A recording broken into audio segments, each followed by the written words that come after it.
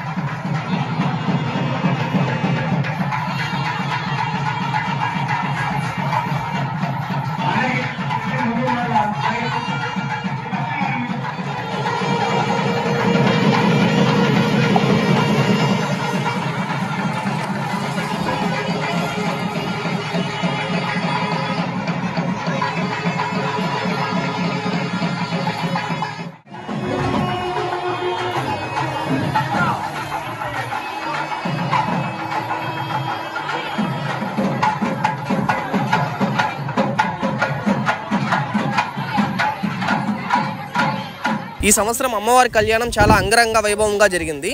వచ్చిన భక్తులందరికీ ఎటువంటి ఇబ్బందులు తలెత్తకుండా ఆలయ కమిటీ సభ్యులు చాలా ఏర్పాట్లు చేశారు. అమ్మవారి కళ్యాణం అనంతరం భక్తులందరికీ అన్నదాన కార్యక్రమంలో భాగంగా విందు భోజనాలు ఏర్పాటు చేశారు. కరోనా పాండమిక్ తర్వాత ఈ విధంగా భక్తులు గుమిగూడి అమ్మవారి ఉత్సవాలను గణనీయంగా జరపడం ఇదే మొదటిసారి.